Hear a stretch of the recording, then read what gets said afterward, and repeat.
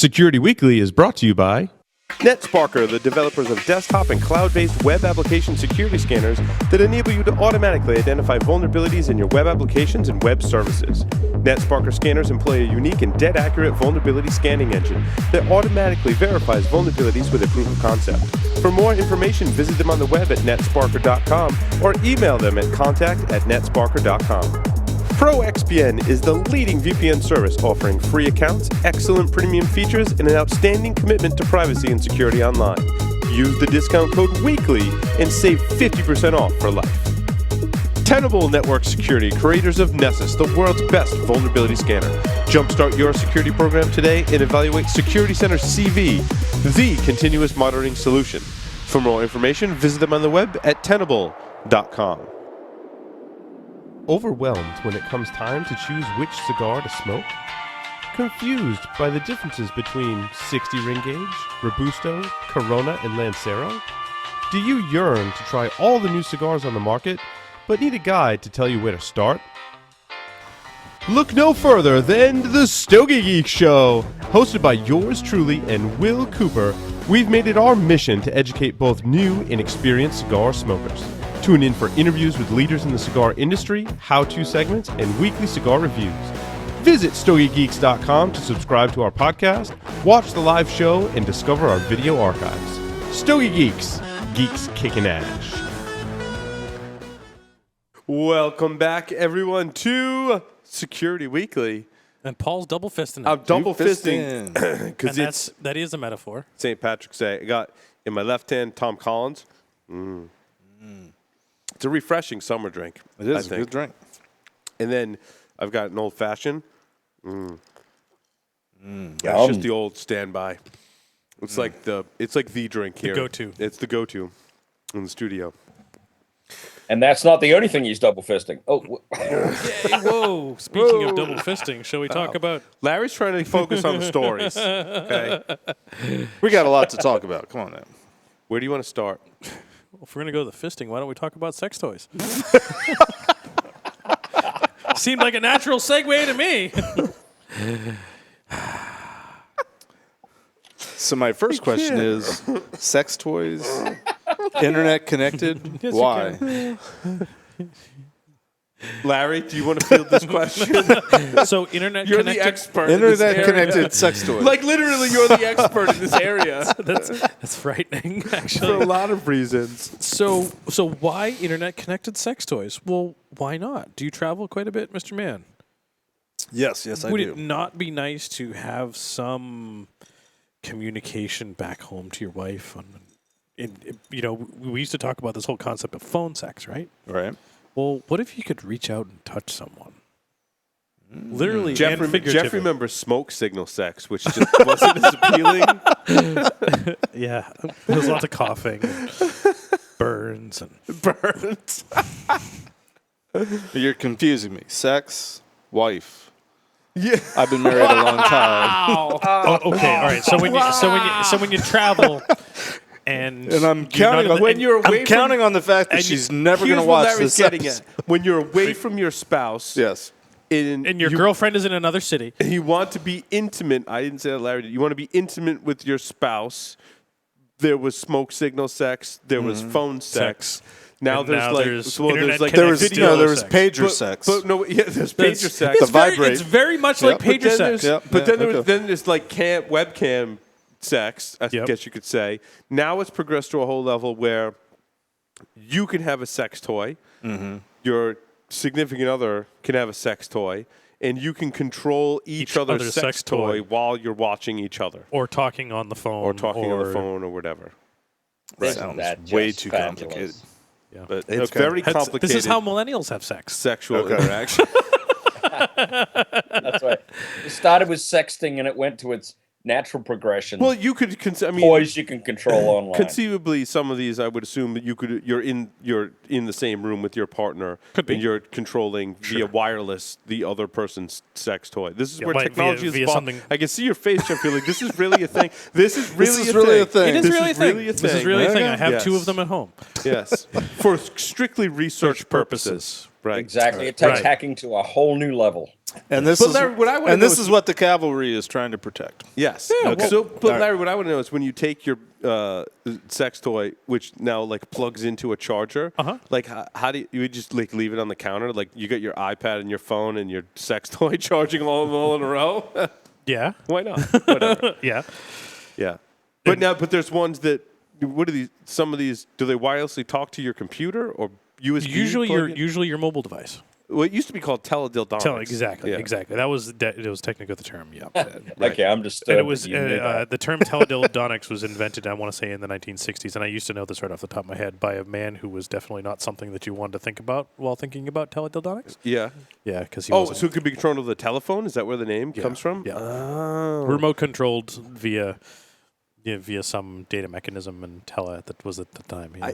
Sex just drives technology. When we look at the technology we have on the Yeah. internet today, Well, the well, porn you- industry has driven Oh, that yeah. technology. You think I know that. about Porn Blu-ray built the versus, internet. I got that. Blu-ray versus HD DVD. yeah. Streaming The porn video, industry took- PayPal. VHS and Betamax, Posting. was that driven by the porn industry as well? Yes. Probably, yeah. Yeah, pretty much. Yep. Well, that was the whole thing is you could rent it Yeah. rather than having to go into a CD shop and buy it, right? You now just you had can to just go watch it on the internet. Then you just had to go in a CD place and rent it. Right. Now you can go on the internet. What was the porn site that got hacked a little while ago? Which one? It wasn't a porn site. It was a dating cheating site. yeah. Ashley Oh, Madison. you're Ashley thinking Madison. about Ashley. I've Madison. always wondered if they're PCI compliant.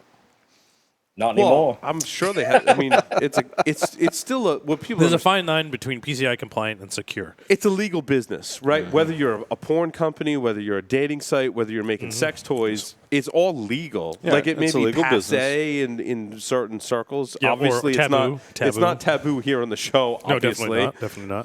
but not. they're legal Absolutely. businesses. Absolutely. So to answer your question, yes, they all have to be PCI compliant, just like any other company would. But my question is, what is the impact when you're hacking a sex toy? Right. So Would you like to find out? so Paul, to me, I don't know. If it's anything like wearing Larry's bracelet, put the bracelet on. If it's anything wearing Larry's bracelet, no, I do not want to find out. I was going to say we hope it's significant. yes, Impact should be significant impact. Yes, we do penetration Well, it's testing. possible and we it find could all be your a holes. positive impact instead of a negative impact. Right. That's true. So It's only a hack if she says it is. right. So I have two theories on this, and that it is, and both of them are potentially negative impact. One without my experience that I did hear that potentially if you could interact with someone else's sex toy while it was in use, I did hear rumors that there was a woman who had died after having a continuous orgasm for 12 minutes. Wow, I that's mean, that's- that's a now way that- to go, but Exactly. Now that is a stretch. So I wanted to bring that. That's probably an internet fable. Exactly. A lot of those, exactly. yeah, a lot of And those like I things said, are I just- heard a story, I read it on the internet Yeah. somewhere, so who knows if it's true. The second one is the one that we had with our research that we looked at is that not only could we interact with the toy in a manner that was not intended by using the technology and looking at the mobile app itself and deconstructing the Android mobile app, it was very interesting in that one, the mobile app laid down some restrictions based on social structure. So they were forcing. You're being way too vague. So they were saying with the app that you could pair your chat session with a partner, but you could only ever pair your chat session with one partner. If you wanted to join your chat session with another partner, you had to disconnect from your existing and join the second one. The first one got a notification that says, hey, Jeff Mann is no longer your partner on application. You're like, that dirty bastard. Yeah, well, there's certainly. I So agree, it's a Larry. privacy I was just issue. going to say But that's exactly. Your where I was wife's going going to to find out your sex toying with. But it shows So that you was have multiple girls. You're single and you have multiple. so that was the first one, but it never told you. But we found a way to find out who the person was paired So with. I think you're right, Larry. The play here is that it's a privacy issue, Yes. right? If Yep. I'm using this technology with a partner, virtual or otherwise, there's some registration process and there's a privacy violation. Whereas before, if I were to use sex toys, it was in private. There was no internet communications associated with it. Use sex toys all day and night long. No, but now that there's like a component that ties into your phone, it ties into a website. There's registration involved. There could be privacy implications. So to the point where we got with it was we were able to take the functionality of the chat and the make the vibration outside of the app and use standard off-the-shelf tools. It was using standard XMPP Jabber communication, unencrypted. And we were able to then use a third-party Jabber XMPP client that did not have the restrictions for single partner. So Did the device respond to commands in the Jabber Yes. chat? Okay, so that's how you're We were able to manipulate the device. Right. Did you have to warm the device up first before it responded? Yes. Okay. No. But so we were able to add multiple partners and interact with multiple partners. Now, based on the app, Did you get paid for this, or this is just no, personal? this is personal. Personal. Okay. Because I was like, holy crap, what does this look like? But the part where we stopped was because we didn't have permission, and quite honestly, we ran out of time. Could you now craft exploits over the XMPP session to deliver to the client on the phone? Say an Android phone that now has all sorts of permissions, and then potentially interact with other applications on the Android device. Now, is there a video component to this app, or is it just like you're basically texting back and forth It was and sending it was a lot of text. They may have updated it to include video. the camera on the phone? Right. That would be the next logical step. I mean, certainly then there's some serious privacy implications. Like there wasn't already, right? Yeah. Well, it's much like Celebgate or whatever it's being called now. That guy went to jail. So is there a ransomware? Or no, he didn't go to element? jail. He got convicted. Oh, they have a new model out now too. Larry's like totally glossing over this while we're fitting him for his. Does that plug into a USB orange port? jumpsuit?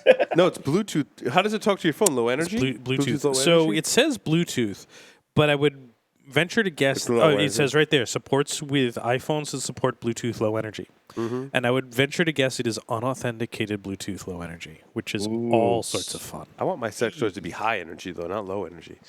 But then the batteries run out faster. That's true. That's true. you know- You Hey, only is need that a not minute. Kevin? Not Kevin is here. Not Kevin. Do you want to weigh in on this sex toy security topic? No, I think you guys got this. We're experts. Is there any other stories this week we can move Yes. on to? Yeah, there's lots of stories. Jeff looking desperately for a segue. Well, here's one, Jeff, because you Get me outta work for here. Tenable Network Security. Yes, I do. Who's in the vulnerability management space. Yep. Yeah. I used to work there. Carlos isn't with us. He's another Tenable employee. The article that I have is titled "Vulnerability Scanners Turn Up Mostly False Positives" is the headline. My only response to that was, Okay, that's bullshit. And I hate to say it because the name is familiar for the gentleman that spoke on this, that this quote came out of. But if I had to guess that that comment was made by someone that has never used a vulnerability scanner before. Or they're selling something that's supposed to be better. They're selling a disruptor. That's what it is. So Whatever that is. this person, and I don't have the details of if they configured or tuned the vulnerability scanner. Given the number of false positives, my guess is they did not do any tuning of the vulnerability scanner. They did not release the name of the vulnerability scanner or which vendor that it came from. They did not release the version of the vulnerability Or scanner. how it was configured.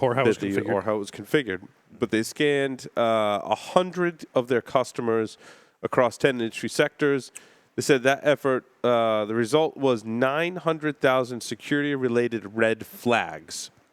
Don't know what exactly Which I'm red flag assuming- means. That could be from informational all the way up. Probably informational all the way up would be my guess.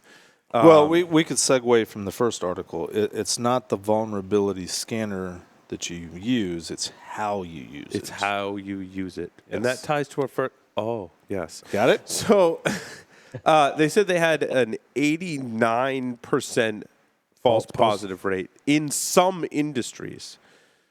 Even the best results produced around a 50% false positive rates. The scans were conducted in February 2014 and May last year, scanning each company 4 times with all results manually vetted by the staff.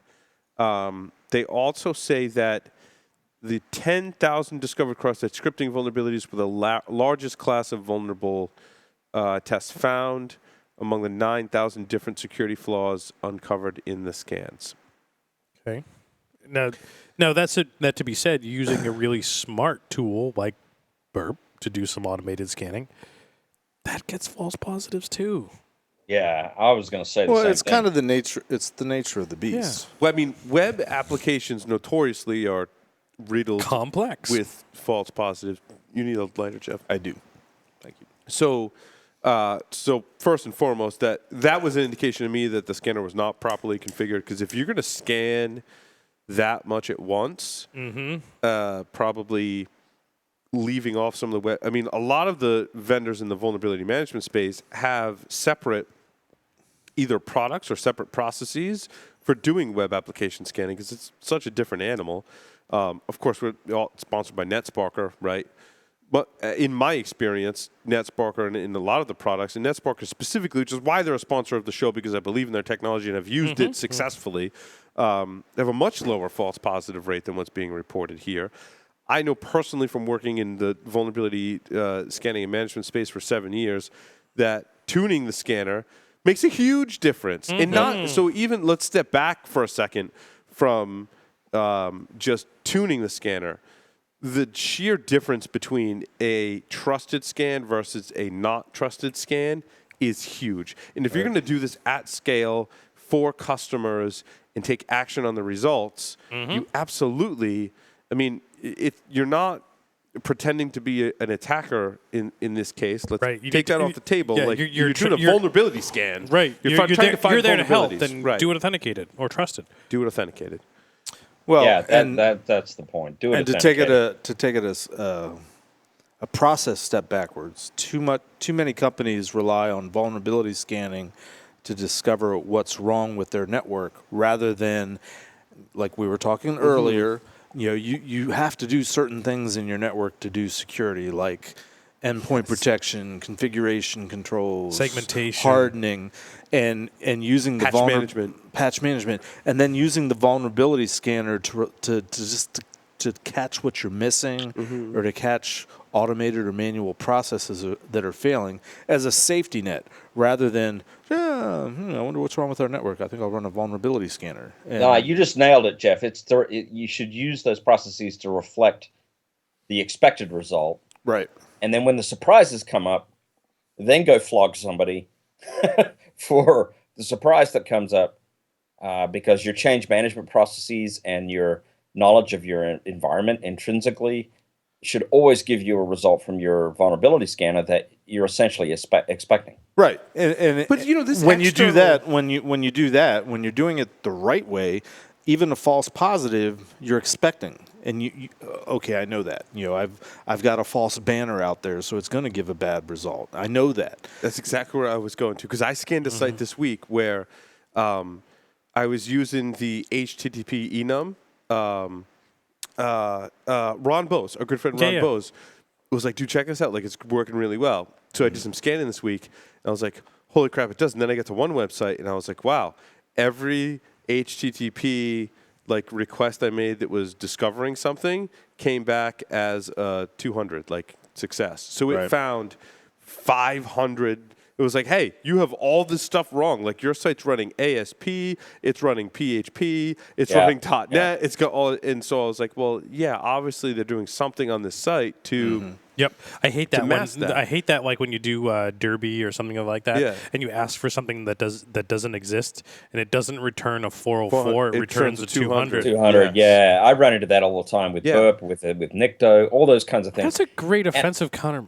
It isn't a great offensive counter. It is, because if everything's vulnerable, then what's vulnerable? Right, but, exactly. But it comes down to manual verification, right? Don't trust your automated tools entirely. Always go behind and manually verify. Or just do an authenticated scan. In that case, gets around that, right? And that's the advantage you have as someone who's assessing the network to help the organization and work with them versus an attacker that's coming in blind. And I'm not saying don't do the blind test. By all means, do the blind test, right? Because if I do the blind test first and I see that, I want to make sure that it's working. Hey, when I scanned your website, I got all these things that came back and said it was running. Like, is that expected behavior? Well, yes, it is. Okay, here's the list that I got back. Did you detect my scan? How did you detect my scan? How long before that you detected? Maybe you block. If someone hits a certain percentage of those web pages that shouldn't exist. Sounds like purple teaming. Yeah, it's purple teaming. That's Exactly, what it is. purple teaming. Yeah. Well, no, we have to acknowledge there are some organizations that work in such a fashion that their information security teams are siloed enough from their operational teams that they don't even have the option of obtaining an authenticated scan. So we like to think that's the lesser of the categories, but that is an issue for some folks, and so they don't really have a choice but to trust the banners that are coming back. But your authenticated scan is definitely going to give you a much better result. So the person that, the article is written about, some guy giving a talk about this, what was his point? Was he saying don't use them? No, it says that in there. He says, I still think they are still valuable. Useful. They're still valuable, useful. They're valuable, useful, and will become more so in the future. It's probably misquoted saying that. It will become maybe so in the future. I mean, vulnerability scanning of this type has been around since the beginning of time, like with rocks and sticks and stuff when you started doing security, Jeff. Yep, pretty much. So, Yeah, they were just inventing fire at that point. Yeah. The technology exists to do this way better, right? We talked about but he's not. scans. But he's not even advocating that, is he? Or am I missing that in the article? No, he's not. I'm advocating that. Right. That trusted scans. So again, using a web application scanner that is specifically written and tuned to scan web applications from the outside without authentication, designed from the start, is good. And most of the vulnerability scanning vendors have their either own processes for doing that or have their own separate product offerings for doing that. So vulnerability scanning is dead.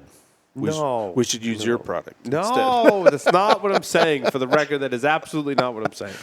Defense in depth. You need to do the vulnerability scanning and use Paul's product. It's not. Sex toys in depth. That's right. That's kind of valuable. Yes. Well, yes. It's not dead. I mean, the thing is, the most effective use of vulnerability scanning I've seen is when people build good baselines in their environment. They're building their servers and their services to those baselines, and they're using vulnerability scanning and comparing back against that baseline to see what's changed, to then go ahead and investigate beyond that. That's a really useful implementation of a vulnerability management program. Whereas, the straight up scan against an environment that doesn't have any kind of baseline, that's just throwing services out there ad hoc to the wind, then you might get false positives, but you might get stuff that is just things you didn't even know that were running on your server. I mean, well, there's a difference between scanning and management, right? Exactly. This is scanning, which isn't bad, but when you progress to management, as we talked about in previous segments, right, you can identify when, well, of course, this whole segment of the way we're doing the scan, like, of course that's going to have false positives. You can tune, you can say, yes, this is always a false positive. Don't pay attention to this anymore. Don't run these checks against these hosts, and move on with life. And then be able to focus on what's important. That's management, right? You're managing the process, right? When you're scanning, you're just scanning. You're just firing, and like whatever comes back, comes back. But that implies you have a program in place, you have a plan in place, right. You have some idea of why you're doing the vulnerability scanning in the first place. Looks like NotKevin's shaking his head over there. Speak up, Kevin. Kevin. What's up, Kevin? I don't know how a mute button works. No, Yay. I think we're kind of just all making the exact same point here, which is that it's all about how you actually utilize these tools at the end of the day, plus the manual verification. I mean, that's the whole point of vulnerability scanning plus penetration testing. You need several series of tools and services in place, or else you're trusting results blindly.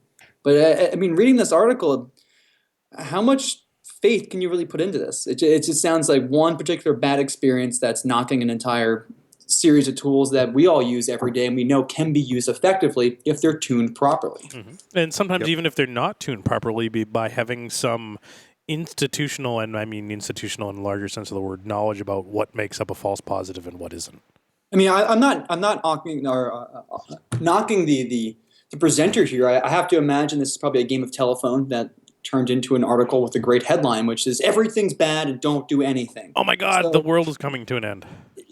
I mean, I'm sure there is some truth to this. That maybe I'm sure he ran a vulnerability scanner, and I'm sure returned a whole bunch of stuff. But obviously, without the context of what he actually did, the parameters he did the assessment, the scope of the assessment, there's just so much lacking here that I'm.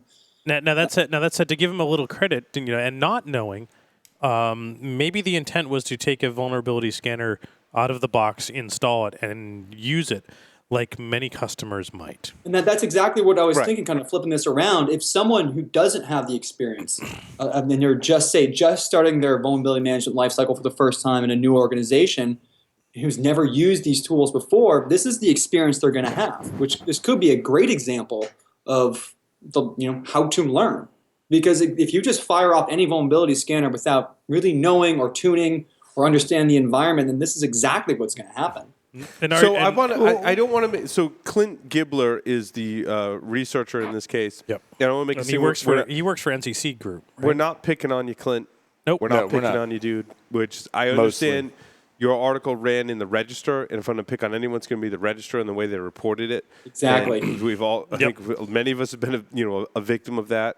And quite honestly, we want to see your presentation. Period. We'd love to. We have not seen your presentation. In fact, we should have him on the show. You're welcome. Invitation. You're welcome to come on the show. I'm sure that what research you did is not represented in this very short article that we read in the Register. So I want to make sure we put that out there. Yeah. I'm sure you get it, dude. But of course, the way it's reported is what we're picking on more so than anything else. Right, but the idea, if you're a company, if you're an organization that is just starting out with security, is the first thing you do run a vulnerability scanner to figure out what's going on? See, because that's kind of where the industry has taken it. I think I used to subscribe. Well, I used to subscribe to that theory probably more than I do today. Probably when you worked for a vulnerability scanning company. No, even before that. I'm talking way back, right?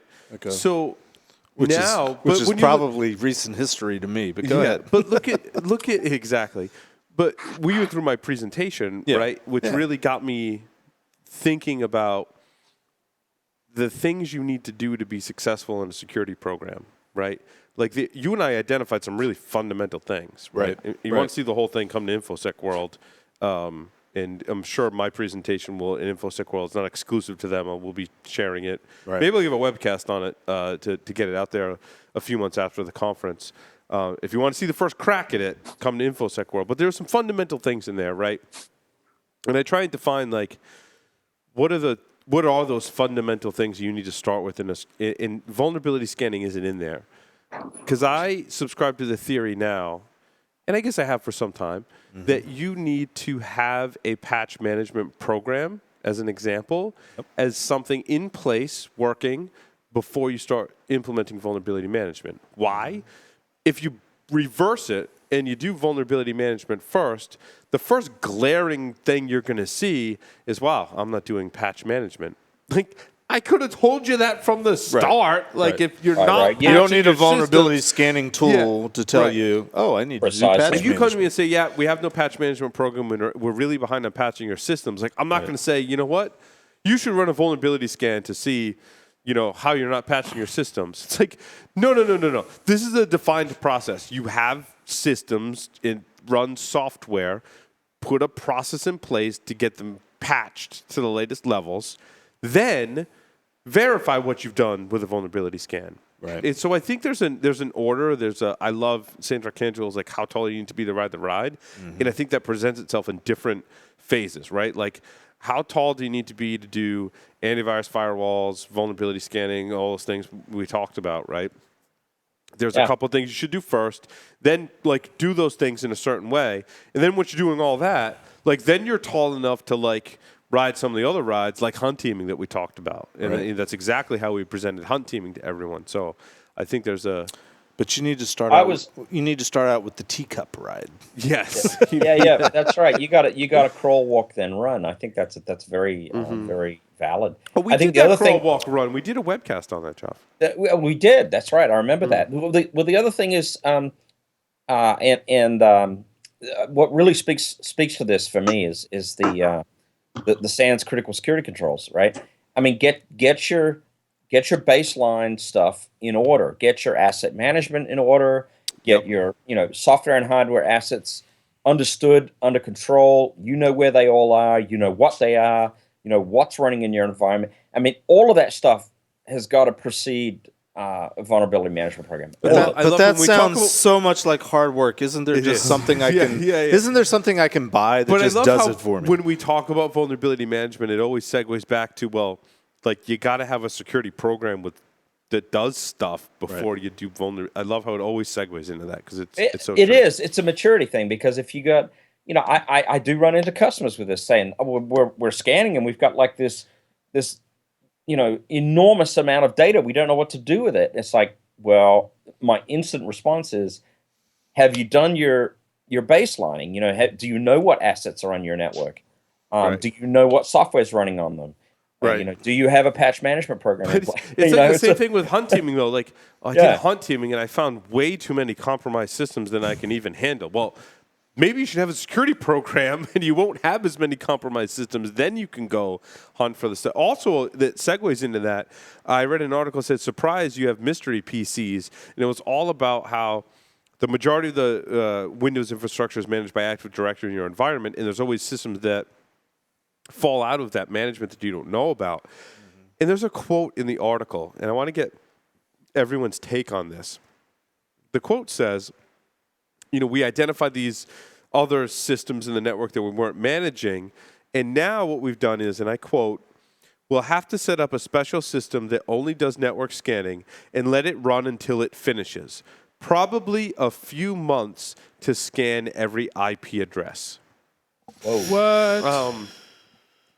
So you guys had the same you guys seem to have the same reaction I did. Like, there's a lot better ways to accomplish this. Discuss. Well, number one, start with you need to have a plan. You need to have a goal. What are you trying to accomplish? And then, so their goal is they want to find the systems on their network that they're not managing. Okay. And to do that, they want to scan everything that comes on the network.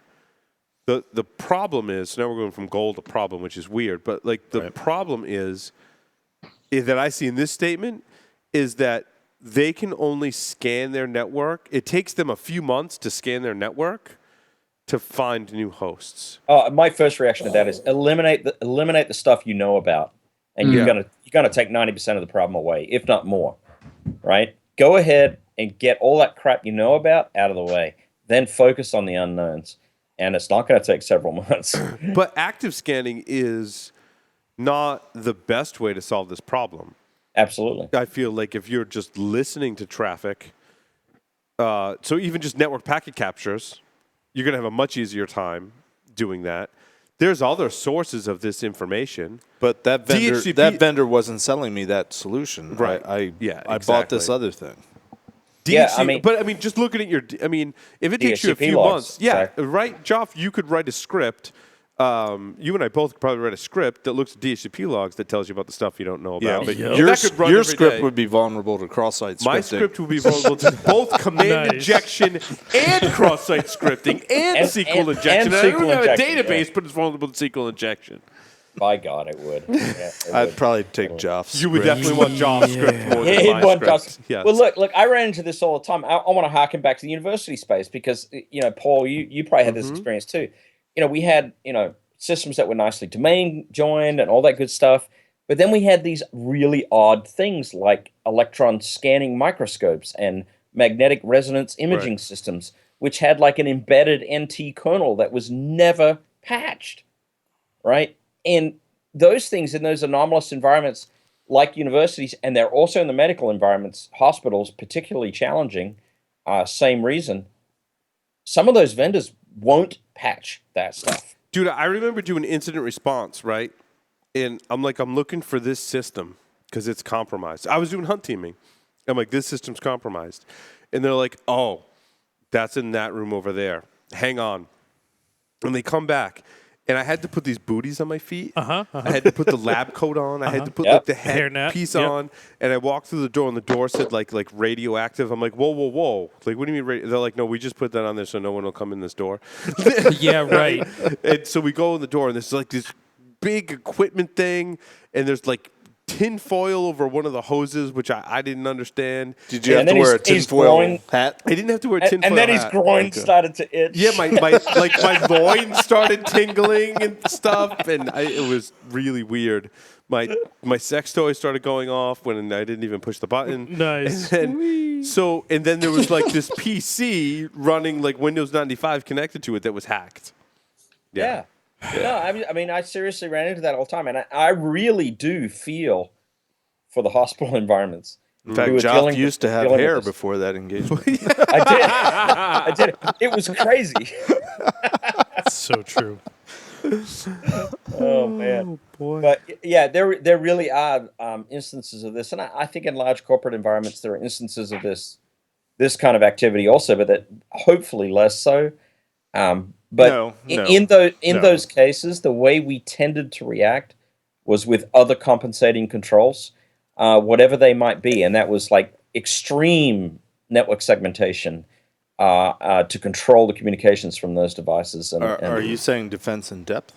Yeah, I mean you had to block and tackle in instances like that because you really don't ease up on the defense and death and block and tackling. Is that low hanging fruit? Oh, come on! That was a low blow to my low hanging fruit. The older you get, the lower it hangs. And now my groin is itching again.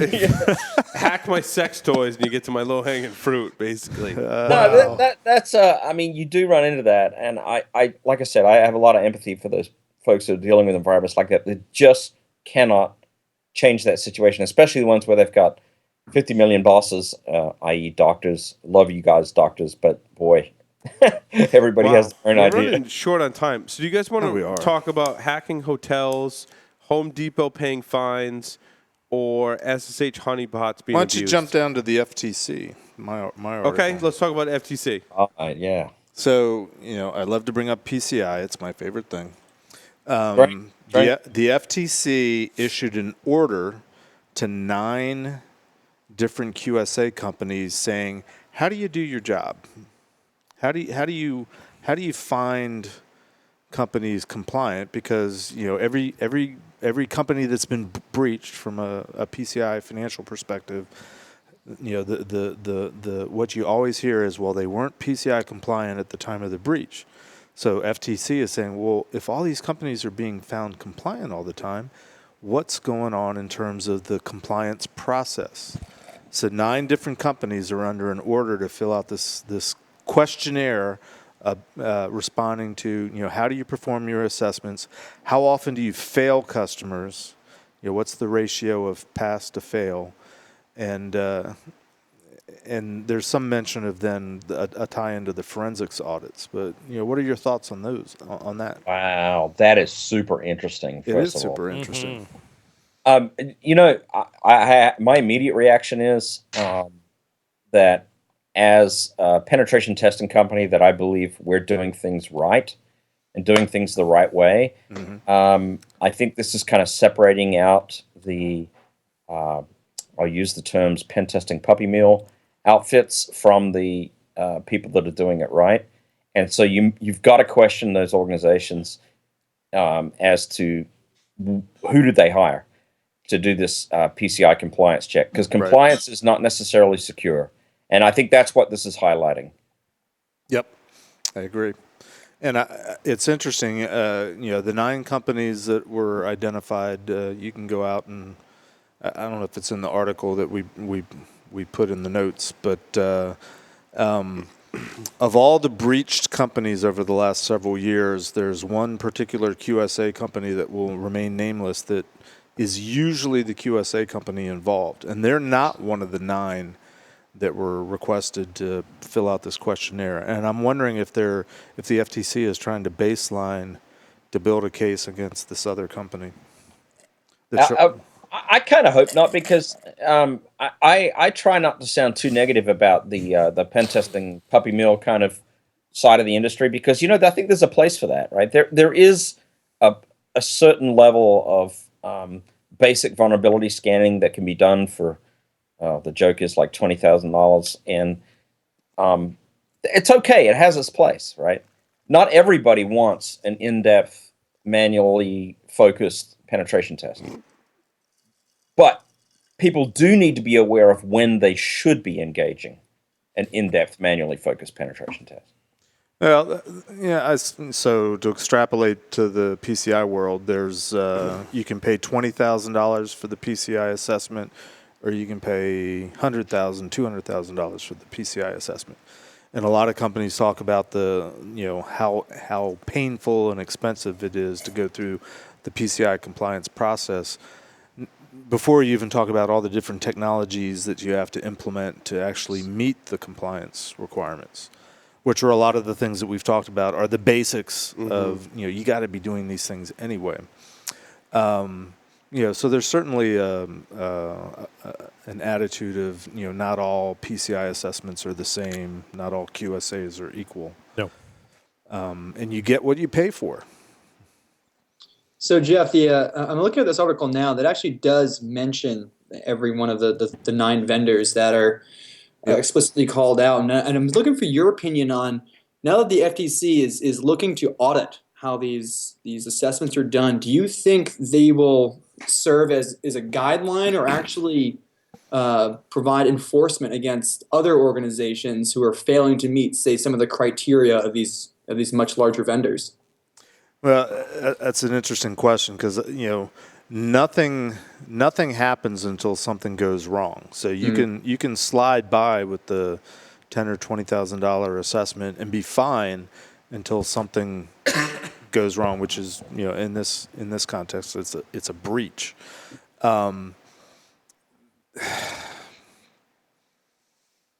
Yeah, we don't have enough time left to go into this. Yeah, let's talk about Tesla Crypt. Yeah, let's move on. Yeah.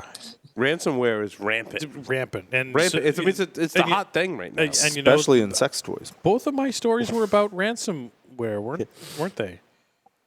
We had Tesla Crypt and APT ransomware. Yeah, so both were ransomware. Both of mine were ransomware this week. That's kind of weird. And it's a bad week for me for stories, but Read the whole article, NotKevin, and you'll have the answer to your question. Gotcha. yeah, so At least you have stories. Tesla Crypt is a new one that's out there that is allegedly using encryption technology that can, in fact, quote, according to the Varus Group, I believe they said, is unbreakable. No such thing, but go ahead. There is no such thing, agreed. Yeah. But currently it is unbreakable. Interesting. On the converse, however, there was a story out there that there was some new cryptoware, which was initially misidentified as Locky, which turns out to be some new variant of something, uses the EDA2 algorithm to do the encryption. And the toolkit used for EDA2 was written by Utku Sen, who intentionally inserted a backdoor so that should EDA2 be used for nefarious purposes, he could backdoor it and turn over the keys. What happens when you backdoor your sex toy? Or is your sex toy probably for your good backdoor? I think it's kind of the other way around. Your sex toy is for your backdoor. What happens when your sex toy backdoors you? Yeah. So two things really scared me about this is that you use sex toys on your backdoor. No, that doesn't. But no, one is that the developer created this encryption methodology that he intentionally backdoored and didn't tell anyone. Yeah. And two, what could he have done with that? So there's no such thing as unbreakable cryptography, but that's kind of a misnomer because most cryptography these days is not broken. There's X number of combinations of keys or factors that go into solving the crypto puzzle. Right. It's always finite, and it could be vastly large numbers, but it's always possible. It's always finite to brute force it. You try so all the combinations. So nothing is impossible to break. It might take 20 years, 30 years, 50 years of computing power. Yep. But nothing's impossible to break. And I think that was sort of their, the where not Varus Group, where they were getting with that is that it is currently impractically breakable as opposed to Impractically. So Yeah, I there's mean, there's a lot more stories in the show notes. Yeah. Lots more stuff going on there. Make sure you check it out. wiki.securityweekly.com. We want to thank our special guest, Jared Atkinson, for coming on talking about hunt teaming and PowerShell. Of course, all of our illustrious hosts. including not Kevin, who looks like he has a Yes. different office every week. He's Not on the Kevin. show. He's got a different background every week. I get around. It's Have fantastic. laptop, will Wow. travel. Make because sure, he has a He's a different good-looking job guy. every He gets week. around. I mean, what can you say? Stop. make sure you check out our other shows, Hack Naked TV, hacknaked.tv. Check that one out for a quick breakdown. And look for a new show coming soon. I'm going to be a little cagey about the details, but there is a new Is show. that is that the one you were discussing before? Yes. It's going to be pretty epic. Why don't you tell me about it? And then there's actually 2 more shows in the works, but one is going to teaser, come out a teaser. sooner than the other one, and it's going to be fun. It's going to be fun. Unless you launch them at the same time. That's No, true. I'm not going to launch them at the same time. There'll be one So right one after will the other. one will come before the other. One will come before the other. Yeah, okay. so maybe tune in next week, and maybe I'll Sounds have like my sex life. the name. Sounds like girlfriends I used to have. Woo! So make sure you secure your sex toys. And Larry, take us out. Over and in and out and in and out and in and out and